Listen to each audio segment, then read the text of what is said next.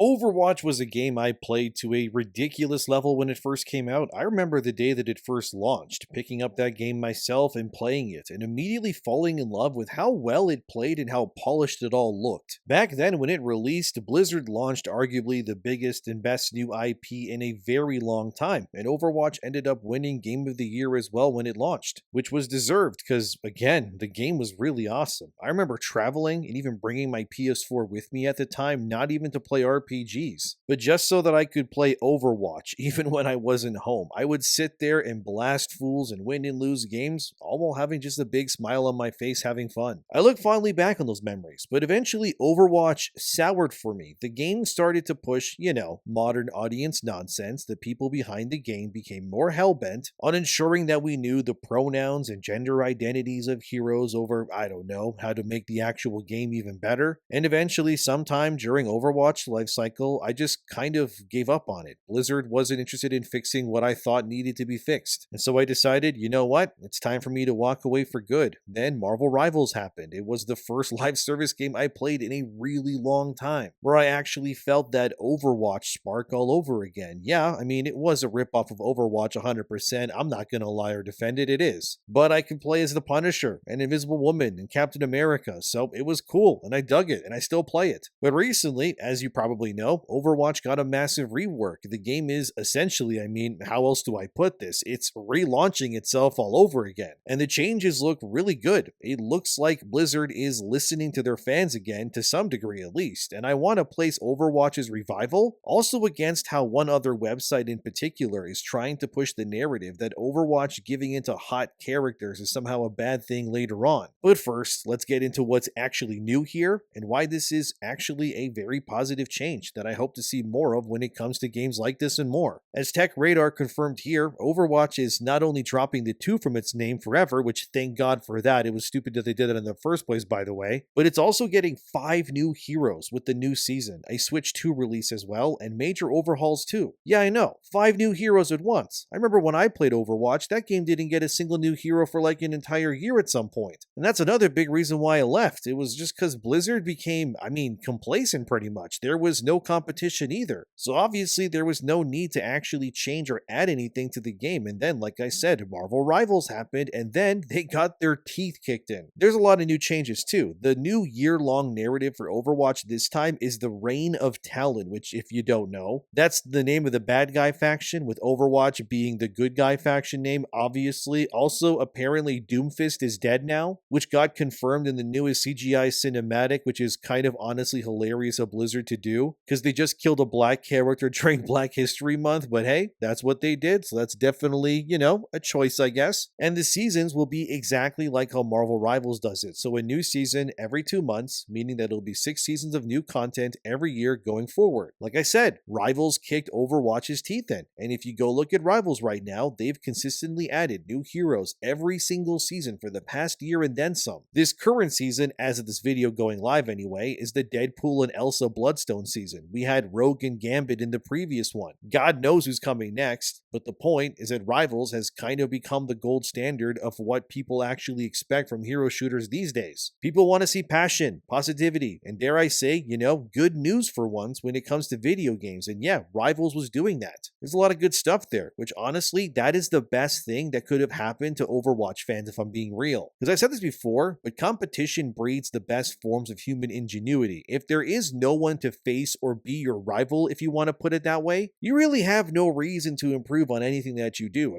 Overwatch lounged for years doing nothing because why bother? It's not like you have anything else like it to play, but now you do, obviously. So Blizzard finally, for once, strapped their boots on and got to work, actually giving people what they wanted for once. And the response so far, from what I can tell anyways, is that people are really happy that Blizzard is finally treating Overwatch like it matters again. I would love to see the same level of enthusiasm and hope in, say, Diablo or World of Warcraft eventually, but I'll take what I can get for now at least. But the fact that Overwatch is getting not 1, but 10 new heroes in 2026 alone, that's insane. Like I said, dude, before we used to get nothing. And that was the standard, but this proves that it was never really a content pipeline issue. It was just what I always thought, that Blizzard was being lazy. They didn't want to improve the game because they had no reason to do that. I kind of wish that more big games, honestly, would also get their teeth kicked in like this and their necks snapped with kicks if it meant that these companies would finally listen. I gotta be real. Some of the new characters are Domina, who's a tank. There's Emery, I think it's how you say his name anyways, but he's a damage character. You have Mizuki, who is support. There's also Enron, who is also damage, and Jetpack Cat, who's support. Fun fact, by the way, Jetpack Cat is voiced by Jennifer Hale, the same lady who did FemShep in Mass Effect, so that's kind of nice too to see. But beyond these changes, the entire game is getting its UI overhauled completely. There's a competitive rank reset, and improved stadium mode, which is like this MOBA mode if you don't know, and they're even adding sub-roles between the existing roles too. So tanks now have Bruiser, Initiator, and Stalwart. Support has Medic, Survivor, and Tactician, and damage has Specialist, Flanker, and Sharpshooter. There's also going to be new maps and more stuff too, and the game is effectively, the best way to put it, it's reset at this point. Of its 15 seasons of content so far with Overwatch 2, you can think of what's happening now as a new launch pretty much, which honestly kind of makes me finally think,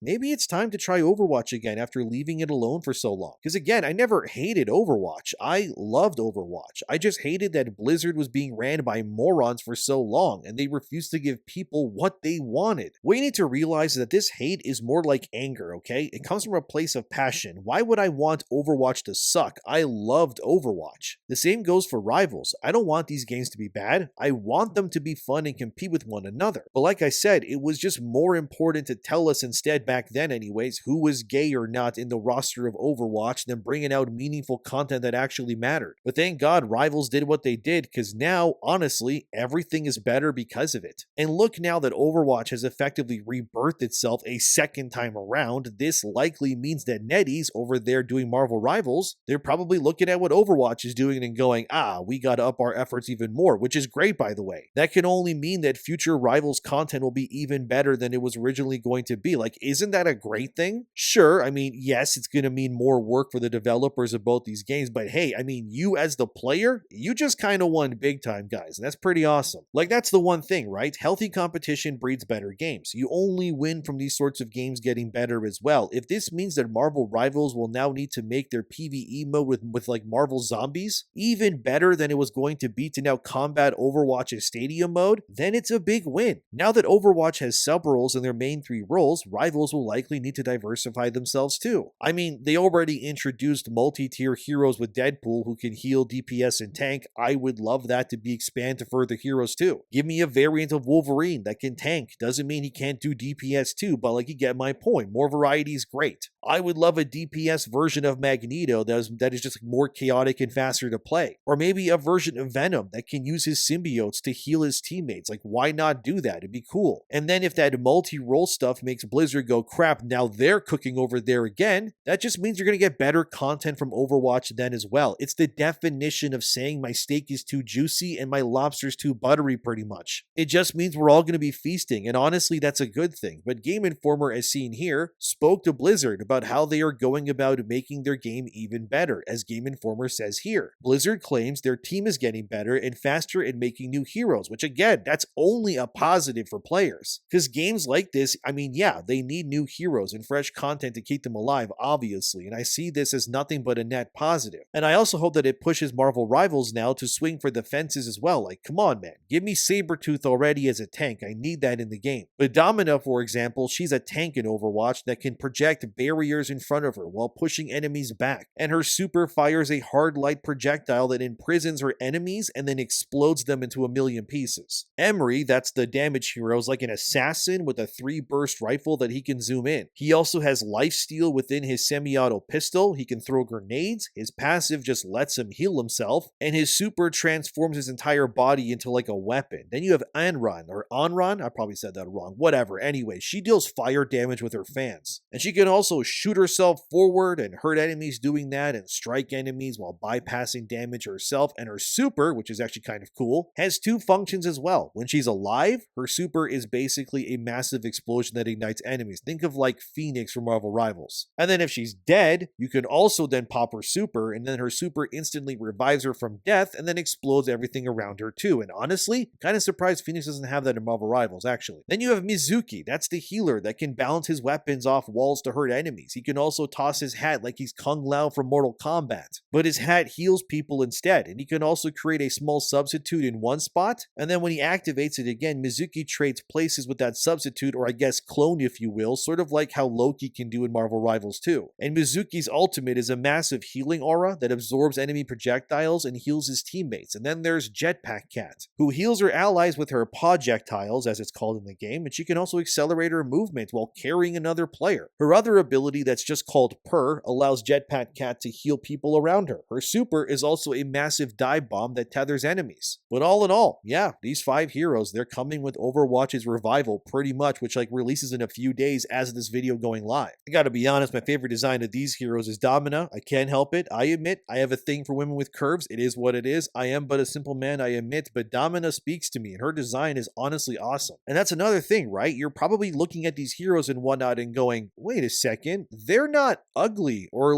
gross in any way. They're kind of just really cool looking and, dare I say, idealistic. Yeah, I noticed that one too. And that's a good thing to raise actually, which is that these new heroes, they feel like what Overwatch used to push, you know? Characters that actually looked like idealized creations, characters that people would actually want to cosplay at events or make fan art of. I saw some people say that Jetpack Cat is too out there for Overwatch, but I mean, not really, since the game launched with a talking gorilla. So I think the cat makes sense. I would actually want them to add even more weird animals to the game. Give me a poodle dog with a cannon on its back. Why? Because why not? But it makes total sense why Marvel Rivals has also changed things for the better for Overwatch. I mean, Rivals uses the classic 6v6 format, which is seen by many as just more balanced and fun, while Overwatch's 5v5 changes were seen instead as controversial and kind of unneeded. And fans have also praised Rivals' moderation and community experience overall. They say that it feels, more positive and welcoming compared to Overwatch's toxicity, which is honestly another reason why I left Overwatch years ago too, actually, because people were so toxic in that game. It was nuts. Probably doesn't help that streamers like Ninja openly declared that Overwatch was dead a while back too, which kind of stuck with the game's reputation as well. Of course, nobody can agree on anything, because fans have been saying for years that the dev team's priorities at Blizzard have been in the wrong place for far too long. But honestly, it feels as though Blizzard has finally listened, while others feel maybe it took a real competitor showing what players wanted for years for Blizzard to move, which yeah, I agree too. It is also that it's reflective of a much bigger issue that comes in live service games, that players, honestly, they don't just want the same updates over and over, they want real, meaningful evolution of what they're playing, and I agree. These games need to evolve themselves, otherwise they just become stagnant. It's the only way to survive. It is just what it is, but when you change things, people get mad a lot too. And to prove my point, like always, there's these people that are out here, man, you know the kind of people who get mad when the characters look too good, because it means that the wrong kind of stuff is being pushed now. This brings me, unfortunately, to thegamer.com, because of course it does, as seen here. Dear Overwatch, please stop babyfying your female characters. Of course, this is also written by Jade King, because of course it is. I swear I thought this person got laid off from that website during the purge, but I guess they survived somehow. But of course, someone would have a problem with Blizzard realizing, wow, people actually want idealized hot characters that don't look like goblins. But the gamer isn't happy one bit about it. They start out by saying this: there was a time when Overwatch felt like the most progressive game in the world. When it first burst onto the scene way back in 2016, it offered a sprawling roster of heroes hailing from myriad different countries and cultures. There was also before Blizzard was rocked by an avalanche of controversial scandals and was still viewed as a bastion of good by most gamers. Oh boy, here we go. Most progressive game, yeah? And how did that go for them? Right, they lost almost everybody, and their game cratered when they listened to people like this Jade King of the Gamer, who would rather this game be more, like I said earlier, about being progressive over just, I don't know, making a fun game that people want to play and spend their time in. But they continue to be out of touch, man. They say this next: when box art star Tracer was first revealed to be a canon lesbian character in a Christmas comic, I was over the moon. While it felt wonderful to see characters like Mei and Zarya receive so much love despite their unconventional body types. Of course you felt that way. But notice how nothing you mentioned there does anything to actually improve the systems of the game or the gameplay, the reward structure, or progression of Overwatch as a whole. All they cared about is representation in politics. They would rather have Overwatch die and become a wasteland, as long as everyone is just draped in rainbow colors, over having the game thrive, because God forbid the game is actually being made so people want to play it.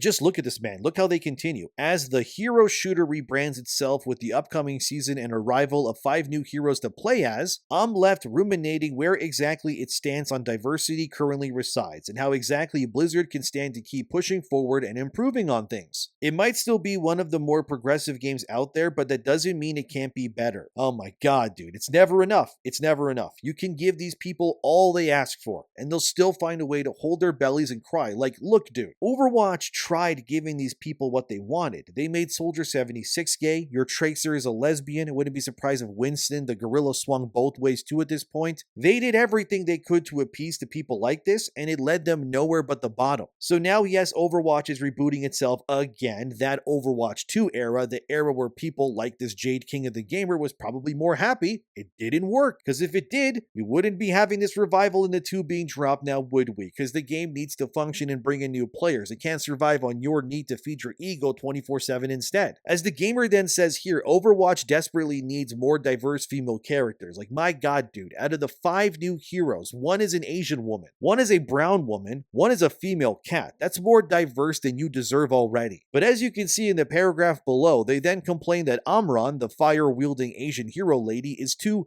babified, which Jade King of the Gamer uses to then explain away why a character is now conventionally attractive. The gamer also complains that turning Anran, or Anran, however you say it, into an attractive woman was only done so that she would receive similar reactions to Kiriko and Juno, 2 other conventionally attractive female heroes, and yeah, that's the point. We're done with this stuff, man. They tried your way, it failed, now it's time to return to reality where idealism is king, not brainwashing instead. The gamer also brings up Blizzard killing off Doomfist on Black History Month, and honestly, I gotta say that's still funny to me. Like, kind of base of Blizzard to do that, honestly. That's just funny, I'm not gonna lie. But anyway, come look at this. Look at what this dummy then says next. It's borderline misogynistic to take a female character who once possessed unique features only to outwardly sexualize her appearance with a cutesy face and tighter clothes designed to accentuate her breasts, hips, and behind. It's so unlike the Overwatch that put itself on the map by defying conventions. Even Widowmaker, who is slim and sexy, manages to own that sexuality instead of letting it be used against them. Juno, Kiriko, and now Anran fall into the same trap of being adorable and petite East Asian women who sadly aren't very different from one another in terms of design. Yeah, because people like petite and pretty East Asian women. I'm not sorry that you can't see yourself in them if you aren't yourself, like, pretty or petite. Like, these devs owe nothing to you. It's actually because of opinions like this writer that Overwatch has been dead for years. Like, how many times do I gotta say it? Stop listening to these kinds of people. Make games for people who actually play and buy them, not what these journalists want instead. This writer is just genuinely mad that they made the new Asian woman a slim, fit, and athletic badass character. Like, seriously, let that sink in for a moment. But if Anran was fat, had a peg leg, and a robot arm with a fat face and a missing eye with a unibrow, Jade King of this gamer website would instead be doing somersaults in front of their computer screaming diversity over and over again while crying. There's a reason why Venture, that's the non-binary Overwatch hero, has all but been forgotten by Blizzard's dev team, because the character is ugly and weird and nobody wanted that. Like, get it out of here. More athletic, attractive women, thank you very much, and nothing else. Like, I don't care. That's just what I want. As seen here, the gamer is apparently mad because Amran, or whatever the hell her name is, isn't ugly enough like they are. Like, you can't please these people, I told you, right? You can't do it. There's no point. You could give Amran a half-shaven haircut with vitiligo and they would still cry because her body's too athletic. Oh, the horror. But this is how they end the article too. It just feels like a natural detriment to Overwatch being a hero shooter trying to appeal to as wide an audience as possible in a landscape where diversity doesn't carry the weight that it used to. Of all the current live service fandoms out there, Overwatch has an audience who would have celebrated an Anran design that built upon her debut instead of leaving so many of its hallmarks behind. Unfortunately, that's not what we got. Blizzard saw fit to make her features softer and more cutesy, even if it meant undermining the progress this new era intends to make. Exactly what you said there. You actually told on yourself and you admitted defeat, and it's honestly glorious. The fact that you said that Overwatch is purposely now trying to appeal to as wide an audience as possible in this landscape where diversity doesn't carry the same weight that it used to, exactly. Jade King, that's exactly why for the first time in years I'm actually excited to now try Overwatch again. Specifically because they're not catering to people like you anymore. Because all the people like you do that think the way that you do is just ruin everything you guys touch. I'm glad that they moved away from ugly freaks and are now doubling down on babes and strong men instead. Again, it's another positive for Marvel Rivals existing. You wouldn't be having these attractive female characters if Rivals wasn't so brave to just put their female and male heroes in revealing outfits, which I think is a great thing to do. That's how you you make money, you get the player retention. Obviously, sure, the game needs to be great too, but it never hurts to have a little extra something something to chew on, you know? Like, look, I've been positive this entire video. I know it's kind of different for me, I got to admit, but it all has to do with the fact that Blizzard finally has started listening to some capacity when it comes to how their games operate for once. People are finally excited, like, actually for Overwatch again. Like, why not talk about that instead, thegamer.com? Why not speak on how, wow, Blizzard actually listens to their fans for once? They're giving people what they were dreaming of for so long, finally. But no, it's just all bad now because Amron is too hot and too fit and doesn't look like an Antifa supporter in Minnesota, patrolling the streets looking for anyone to argue and scream at. Like, it's pretty simple, really. If you want your game to die, make your game for someone like Jade King. If you want your game to succeed, do everything in your power to ensure that you're nothing like what Jade King here would want to play in the first place. And I'm sure once Overwatch's new revival goes live on February 10th, which is, after this video comes out at first anyways, and then the player numbers will probably go way up, Jade King's entire philosophy that people want ugly characters will be disproven in real time again. Because honestly, I'm happy for Overwatch fans. You're finally getting content for your game in such a way that it feels as if Blizzard actually respects you again, and that's great. All I hope is that Blizzard doesn't make this push seem like it's a one-time thing, that they continue this trajectory and mindset and continue to keep reiterating and making Overwatch into what it was always meant to be. The industry will be better off with stronger games that perform well and value their consumer base. We gain nothing from Overwatch being bad, but instead everything actually if it does well. I might finally try it out after years, and a big part of that is because finally Overwatch is proving that hot female characters are the meta again. But that's the thing, right? It never left. It was always the meta. What has worked in 2016 still works today. You just gotta stop listening to people who want to self-sabotage your franchises to push their politics. All in all, I'm happy with what's happening here has happened. Now, if Blizzard could apply a similar restart to World of Warcraft, where they remove all the feminizing elements of that game and turn it into what it used to be, then we could really see a real comeback for the company. But for now, at least, I'll take the revival of Overwatch as a win. Here's hoping it's not a one-time thing and continues to get better instead. But what do you think? Are you finally going to try Overwatch when it relaunches, or is it still not enough? Let me know in the comments, subscribe, and again, don't listen to these access media journalists ever. They never know what they're talking about, but I gotta say, man, Domina, she looks good, I gotta say.